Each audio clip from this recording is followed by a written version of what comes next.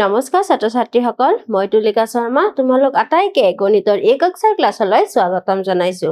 আজি আমি তোমালোকৰ পাঠ্যপুথিৰ ৬ষ্ঠ অধ্যায় পৰিসীমা আৰু কালি পাঠটিৰ আন এটি অংশ কৰিবলৈ ওলাইছো। এই অংশটিত কি আছে আমি চাওঁ আহা। ইয়াতে একক বৰ্গৰ সৈতে আমাক কি কৈছে কিছুমান খেলৰ জৰিয়তে কিছুমান সমস্যা সমাধান কৰিব শিকোৱা হৈছে।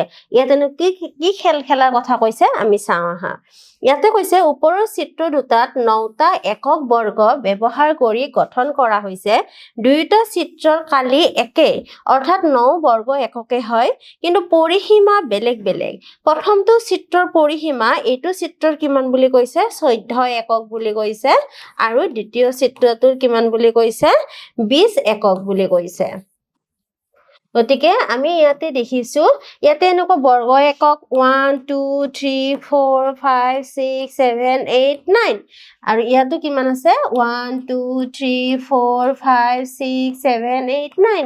গতিকে আমি দেখিলো ইয়াতে বৰ্গ একক কিমান আছে ৯টাই আছে। গতিকে ইয়াৰ কালি কিমান হ'ব ৯ বৰ্গ এককে হ'ব। কিন্তু ইয়াৰ পৰিসীমা যদি আমি গণনা কৰো এনেকৈ 1 2 3 4 5 6 7 8 9 10 11 12 13 14। গতিকে আমাৰ কিমান পোৱা গৈছে 14 একক পোৱা গৈছে। ইয়ালৈ তোমালোকে নিশ্চয় বুজিব পাৰিছা। ইয়াৰ পিছত কি কৈছে সম্ভৱপৰ আটাইতকৈ সৰু আৰু ডাঙৰ পৰিসীমা কিমান হ'ব। এতিয়া এই ৯টা বৰ্গ একক ব্যৱহাৰ কৰিয়ে আমি কি কৰিব লাগিব আটাইতকৈ কম পৰিসীমা পোৱা এটা চিত্ৰ আৰু আটাইতকৈ ডাঙৰ পৰিসীমা পোৱা এটা চিত্ৰ আমাক কি কৰিব দিছে চাব দিছে। ইয়াতে আমি এনেকুৱা ধৰণৰ যদি চিত্ৰ এটা অংকন কৰো আমি ইয়াতে কি পাম 1 2 3 4 5 6 7 8 9 10 11 12। গতিকে ইয়াতে আমি কিমান পাইছো 12 একক। গতিকে এইটো কি হ'ব আটাইতকৈ সৰু পৰিসীমা। সৰু পৰিসীমা দেখুওৱা চিত্ৰ এইটো হ'ব। আকৌ আমি ইয়াতে দেখিছো 1 2 3 4 5 6 7 8 9 10 11 12 13 14 15 16 17 18 19 20। ইয়াতে আমি কিমান পাইছো 20 একক। গতিকে আমি কি দেখাব পাৰো ডাঙৰ পৰিসীমা হোৱা আমি 20 এককে পাম। হয়তো আমি চিত্ৰটো বেলেগ বেলেগ ধৰণেও কৰিব পাৰো। তোমালোকে এনেকুৱাকে এই ৯টা বৰ্গ একক ব্যৱহাৰ কৰি বিভিন্ন চিত্ৰ আঁকিব চাবাচোন।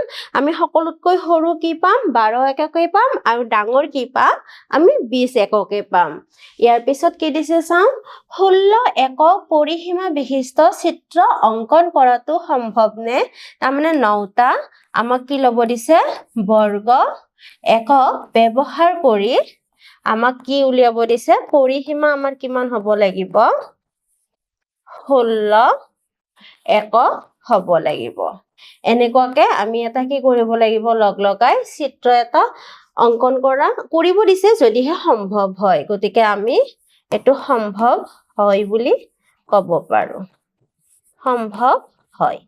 আৰু আমি ইয়াতে এনেকুৱাকে এইটো চিত্ৰটো আঁকিব পাৰো 1 2 3 4 5 6 7 8 9 10 11 12 13 14 15 16। গতিকে আমি ইয়াতে কি পালো 16 একক। গতিকে চিত্ৰটো কি হ'ব এইটো। আমি 16 একক পৰিসীমা হোৱাকৈ এনেকুৱা ধৰণৰ চিত্ৰ এটা অংকন কৰিব পাৰো। আৰু 16 একক হোৱাকৈ তোমালোকে বেলেগ ধৰণেও কি কৰিব পাৰা এই বৰ্গ এককবোৰ লগ লগাই একোটা চিত্ৰ পাব পাৰা। কৰি চাবা। ইয়াৰ পিছত কৈছে তোমালোকে যিমান পাৰা চিত্ৰ অংকন কৰা আৰু সিহঁতৰ পৰিসীমা লিখি ৰাখা। একে পৰিসীমা থকা বিভিন্ন আকৃতিৰ চিত্ৰ অংকন কৰা সম্ভৱনে। গতিকে আমি আগতে দেখিলো যে একে পৰিসীমা থকা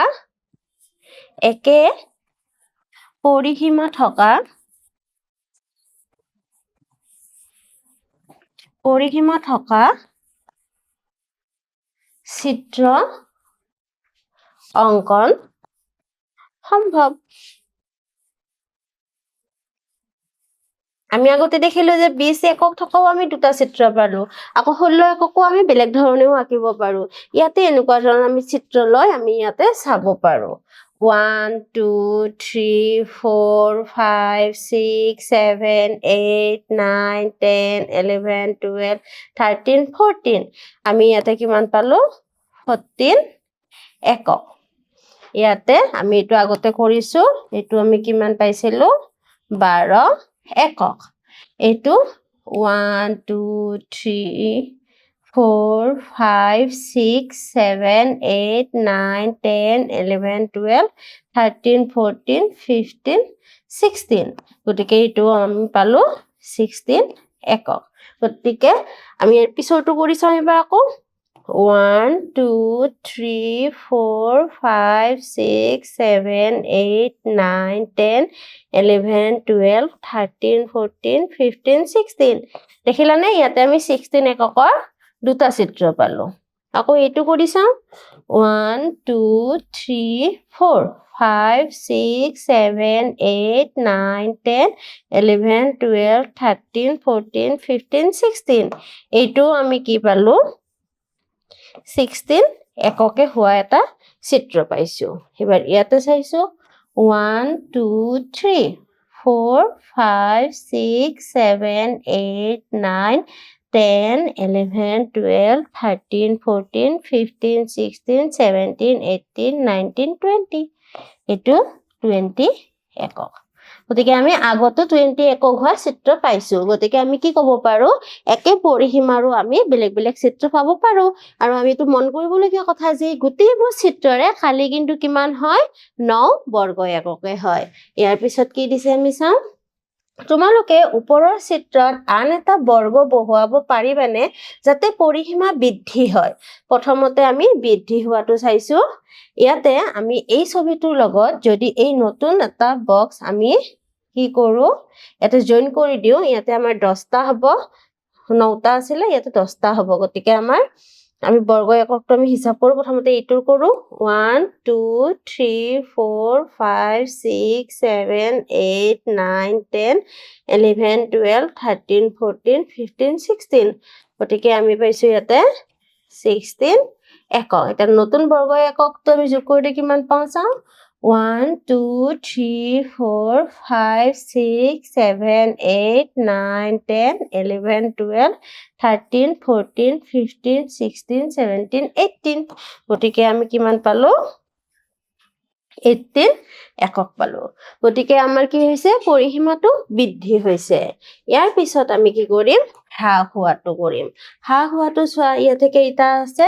1 2 3 4 5 6 7 8 9 10 11 12 13 14 15 16 17 18 19 20 ইয়াতে আছে 20 একক ইয়াতে আমি নতুনকৈ এইটো বৰ্গ যোগ কৰি দিছো 10টা হৈ গৈছে এতিয়া আমি চাম 1 2 3 4 5 6 7 8 9 10 11 12 13 14 15 16 17 18 গতিকে আমি কি দেখিলো হ্ৰাস হোৱা দেখিলো মানে কমা দেখিলো দেখিলানে তোমালোকে এটা বৰ্গ একক বাঢ়িও গৈছে কিন্তু ইয়াৰ পৰিসীমা কি হৈ গৈছে কমি গৈছে ইয়াৰ পিছত আমি একে থকা চাম আমি এনেকুৱাকৈ এটা নতুন বৰ্গ যোগ কৰিম যাতে পৰিসীমাটো একে থাকে ইয়াতে চাওঁ 1 2 3 4 5 6 7 8 9 10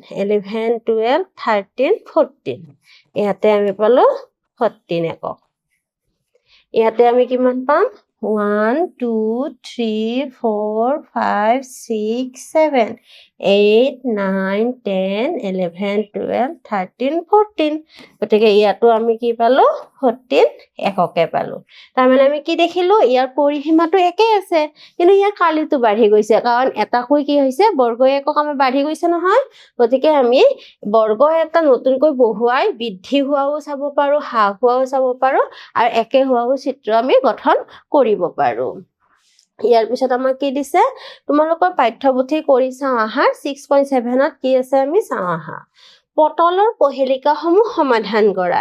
ইয়াতে আমাক কুৱেশ্যন মাৰ্ক থকা ঠাইবোৰৰ মানবোৰ কি হ'ব কৰিব দিছে। তাৰ কাৰণে আমি প্ৰথমতে কি কৰিব লাগিব, ইয়াতে দেখিছোঁ যে ইয়াতে আমাৰ কালিটো দিয়া আছে ৩৬ বৰ্গ চেণ্টিমিটাৰ আৰু এইটো ৩ দিয়া আছে প্ৰস্থটো। গতিকে দৈৰ্ঘ্যটো কি হ'ব, আমি ৩৬ক ৩ৰে কি কৰিব লাগিব, হৰণ কৰিব লাগিব। আৰু আমি কিমান পাইছোঁ, 12 চেণ্টিমিটাৰ। এতিয়া চোৱা, এইখিনি যদি আমি 12 চেণ্টিমিটাৰ পাওঁ, এইখিনি যদি 6 হয়, এইখিনি আমাৰ কিমান হ'ব, এইখিনিও আমাৰ 6 চেণ্টিমিটাৰে হ'ব। আকৌ এইখিনি আমাক কিমান দিয়া আছে, 7 চেণ্টিমিটাৰ। গতিকে এইটোৰ এনচাৰটো কি হ'ব, 6 পূৰণ 7 ইকুৱেল 42 বৰ্গ চেণ্টিমিটাৰ। তাৰপিছত আমাক এইটো দিছে, এইটো যদি 3 হয়, এইখিনিও কি হ'ব, 3 চেণ্টিমিটাৰে হ'ব। গতিকে টোটেল এইখিনি কি হ'ব, 4 আৰু 3 মিলি 7 চেণ্টিমিটাৰ হ'ব। গতিকে আমি এইটো কি পাম, 7 পূৰণ 4 বৰ্গ চেণ্টিমিটাৰ। গতিকে আমি কি পাম, 28 বৰ্গ চেণ্টিমিটাৰ। গতিকে তোমালোকে নিশ্চয় বুজিব পাৰিছা আমি কেনেকৈ উলিয়াইছোঁ। এতিয়া আমি এই চিত্ৰটো এনেকুৱাকৈ দেখাব পাৰোঁ যে প্ৰথমটো কি হ'ব, 12 চেণ্টিমিটাৰ, এইটো হ'ব 42 বৰ্গ চেণ্টিমিটাৰ আৰু এইটো হ'ব 28 বৰ্গ চেণ্টিমিটাৰ। তোমালোকে নিশ্চয় এনেকৈ কৰিব পাৰিবা। ইয়াৰ পিছত কি দিছে আমি চাওঁ। তলৰ চিত্ৰত ঋতুৰ আয়ত আকৃতিৰ শাক পাচলিৰ বাগিচাখন দেখুওৱা হৈছে। ঋতুৱে বাগিচাখনত চিত্ৰত দেখুওৱাৰ দৰে বিভিন্ন শাক পাচলিৰ খেতি কৰিছে। কিছুমান জোখমাখ দিয়া হৈছে আৰু কিছুমান আমাক উলিয়াব দিয়া হৈছে। এতিয়া আমি ইয়ালৈ যদি চাওঁ, ইয়াতে আমি কি দেখিছোঁ, দৈৰ্ঘ্যটো 18 মিটাৰ আৰু ইয়াতে আমাক দিয়া আছে এইটো 12 মিটাৰ। গতিকে আমি এইখিনি পাই গ'লো। গতিকে এইখিনি আমি কি পাম, 18ৰ পৰা যদি আমি 12টো বিয়োগ কৰোঁ, আমি কি পাম, 6 মিটাৰ পাম। আকৌ এইখিনি আমাক সেই হিচাপে কি দিয়া আছে, 11 মিটাৰ দিয়া আছে। আকৌ এইখিনি ইয়াতে 6 মিটাৰ বুলি দিয়া আছে। এতিয়া চোৱা, আমি এইখিনি মুঠ কিমান পালোঁ, 17 মিটাৰ পালোঁ। গতিকে আমি এইটো এনেকৈ লিখি ল'ব পাৰোঁ যে আমি মুঠ দৈৰ্ঘ্যটো কিমান পালোঁ, 17 মিটাৰ। এইখিনি 17 মিটাৰ পালোঁ। এতিয়া আকৌ এইখিনি 9 মিটাৰ বুলি দিয়া আছে। গতিকে এইখিনি আমি কি পাম, 17ৰ পৰা 9 গ'লে আমি 8 মিটাৰ পাম। এইখিনি আমি কি পাম, 8 মিটাৰ পাম। এইবাৰ আমাক ইয়াতে আকৌ কালিটো দিয়া আছে 54 বৰ্গ মিটাৰ। গতিকে 9ৰে 54 যদি আমি হৰণ কৰোঁ, আমি কি পাম, 6 মিটাৰ পাম। তাৰ মানে এইখিনি আমি কি পালোঁ, 6 মিটাৰ পালোঁ। ইয়াতে 6 মিটাৰ পালোঁ। এতিয়া আমাক গাজৰৰ কাৰণে আকৌ এইখিনি দিয়া আছে 8 মিটাৰ। গতিকে 6 8 আমি কি পালোঁ, 14 পালোঁ। 18ৰ পৰা 14 গ'লে এইখিনি আমি কি পালোঁ, 4 মিটাৰ পালোঁ। গতিকে এতিয়া আমাক জোখমাখখিনি দিয়া আছে, আমি এতিয়া মানবোৰ উলিয়াওঁ। গতিকে এইখিনি যদি 12 মিটাৰ হয়, এইখিনি আমি কি পালোঁ, 8 মিটাৰ। আৰু 12 আৰু 8 পূৰণ কৰিলে আমি কি পাম, 16 6 9। গতিকে এইটো 96 বৰ্গ মিটাৰ। তাৰপিছত বন্ধাকবিৰ কাৰণে আমি এইখিনি পাইছোঁ 6 মিটাৰ। গতিকে 11 আৰু 6 পূৰণ কৰিলে 66 আমি কি পাম, বৰ্গ মিটাৰ পাম। আকৌ ইয়াৰ কাৰণে আমি 6 মিটাৰটো পাইছোঁ। এইটোৰ কাৰণে আমাৰ 8 মিটাৰ আৰু 4 মিটাৰ দিয়া আছে। পূৰণ কৰিলে আমি পাম 32 বৰ্গ মিটাৰ। ইয়াৰ কাৰণে আমি মূলাৰ কাৰণে কি পাইছোঁ, 4 মিটাৰ বহল পাইছোঁ। গতিকে 6 4 গুণ আমি কি পাম, 24 বৰ্গ মিটাৰ পাম। এতিয়া আমাক বিলাহীৰ কাৰণে চোৱা, বিলাহীৰ কাৰণে যিটো আমাক বাগিচাৰ অংশ দিয়া হৈছে, সেই অংশটো আয়ত আকৃতি বা বৰ্গাকৃতি নহয়। গতিকে তাক আমি কি কৰিব পাৰোঁ, মুঠ বাগিচাখনৰ কালিৰ পৰা এই কালিখিনি আমি বিয়োগ কৰিব পাৰোঁ। গতিকে তাৰ কাৰণে আমি কি কৰিব লাগিব, বিলাহীৰ বাবে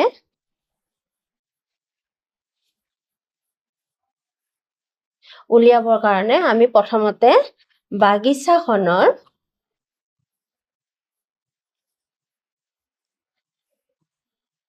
বাগিচাখনৰ কালি উলিয়াব লাগিব বাগিচাখনৰ কালি কি হয় দীঘটো 18 মিটাৰ আৰু প্ৰস্থটো 17 মিটাৰ হয় বৰ্গ মিটাৰ গতিকে এইটো যদি আমি পূৰণ কৰো 56306 বৰ্গ মিটাৰ পাম গতিকে বিলাহীৰ বাবে আমি কালি কি পাম নিৰ্ণয় কালি আমি কি পাম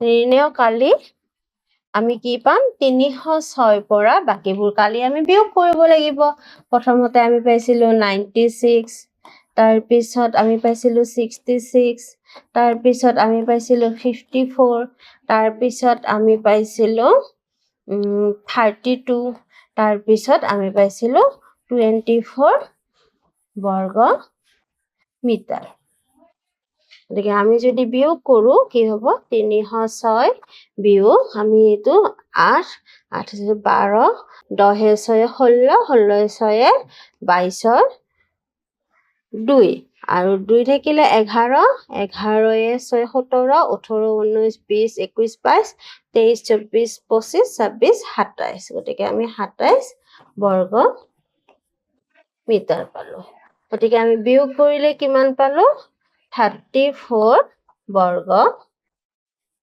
মিটাৰ গতিকে এতিয়া আমি তালিকাখনত লিখিব পাৰিম এইটো কিমান হ'ব 34 বৰ্গ মিটাৰ গতিকে তোমালোকে নিশ্চয় বুজিব পাৰিছা এনেকৈ আমি কৰিব লাগে এইখিনিয়ে আজিলৈ এইখিনি ধন্যবাদ